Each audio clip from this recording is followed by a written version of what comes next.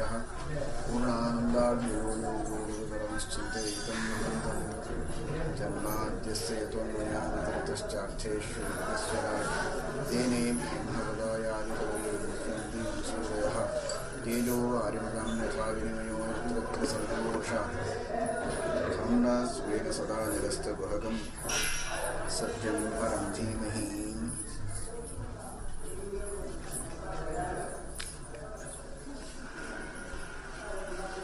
ಶ್ರೀಮದ್ ಭಾಗವತದ ಶ್ರವಣವನ್ನು ನೀವೆಲ್ಲ ಮಾಡ್ತಾ ಇದ್ದೀರಿ.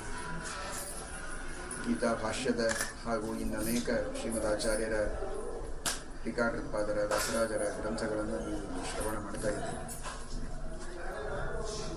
ಶ್ರೀಮದ್ ಭಾಗವತದ ಚತುರ್ಥ ಸ್ಕಂಧ ಅನೇಕ ಸಂದೇಶಗಳನ್ನು ನಮಗೆ ನೀಡುವಂತಹ ಉತ್ತಮವಾದ ಘಟ್ಟ ಅದು.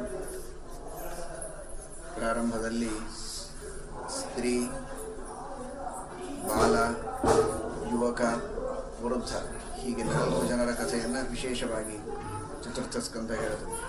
ಸ್ತ್ರೀ ಅಂದರೆ ಸತೀದೇವಿ ಹಾಗೂ ರುದ್ರದೇವರು, ದಕ್ಷ ಪ್ರಜಾಪತಿಯ ಪ್ರಸಂಗ.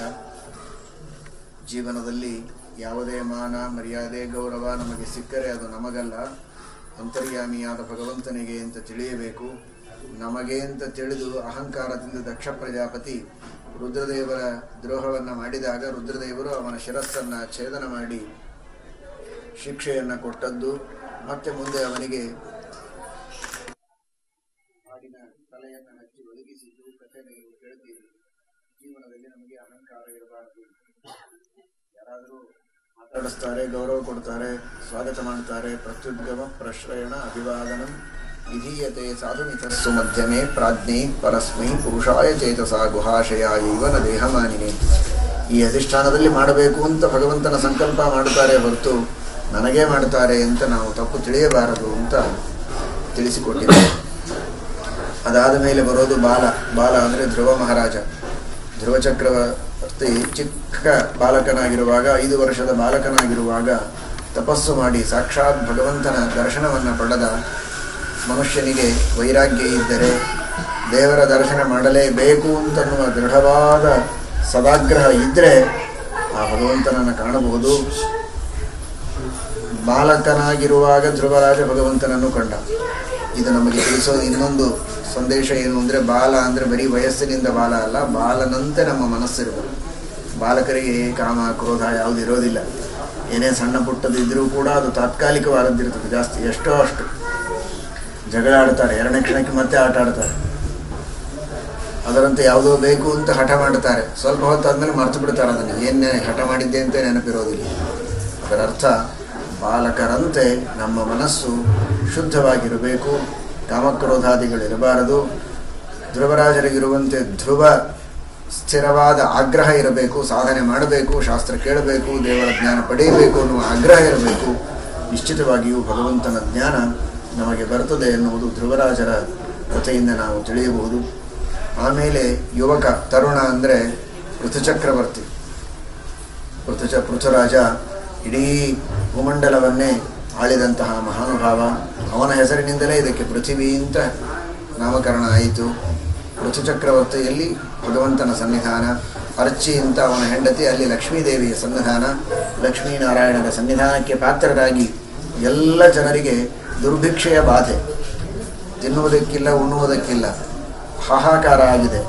ಆಗ ಇವನು ಪೃಥ್ವಿಯನ್ನು ಶಾಸನ ಮಾಡಬೇಕು ಅಂತ ಹೊರಡಾಗ ಪೃಥ್ವಿ ಹೇಳ್ತಾಳೆ, ನನ್ನನ್ನು ಹೊಡೆಯಬೇಡ, ನಿಮ್ಮಪ್ಪ ವೇನ ಅಧರ್ಮವನ್ನು ಮಾಡಿದ್ದಕ್ಕೆ ಬೇಸರ ಆಗಿ ನಾನು ಯಾವುದನ್ನು ಹುಟ್ಟಿಸ್ತಾ ಇಲ್ಲ.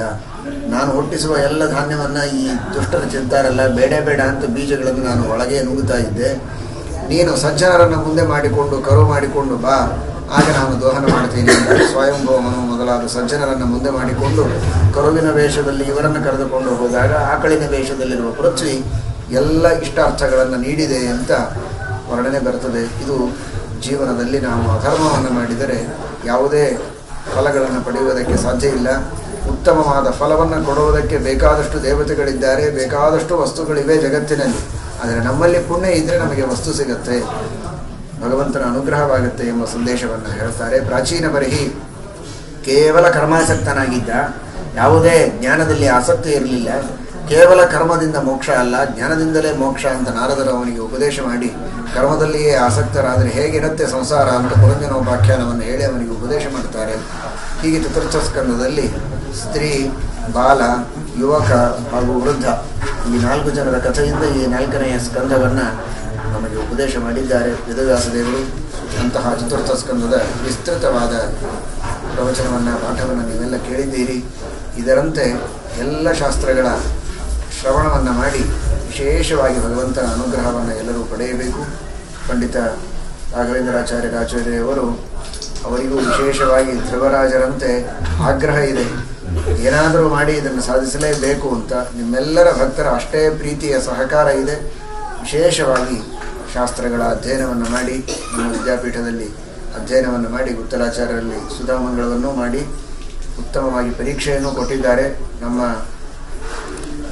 ಅಧ್ಯಕ್ಷತೆಯಲ್ಲಿ ತಿರುಕೋಯಿಲೂರಿನಲ್ಲಿ ಮಂಗಳವನ್ನು ಮಾಡಿ ವಿಶೇಷವಾಗಿ ಶಾಸ್ತ್ರದಲ್ಲಿ ಪ್ರಾವೀಣ್ಯವನ್ನೂ ಪಡೆದು, ಜೊತೆಗೆ ಈ ತರಹ ಜನರಿಗೆ ಜ್ಞಾನದಾನವನ್ನು ಮಾಡಬೇಕು ಅನ್ನುವ ಒಂದು ವಿಶೇಷವಾದ ದೀಕ್ಷೆಯಿಂದ ಈ ಕಾರ್ಯವನ್ನು ಮಾಡುತ್ತಾ ಇದ್ದದ್ದು ಅತ್ಯಂತ ಸ್ತುತ್ಯ.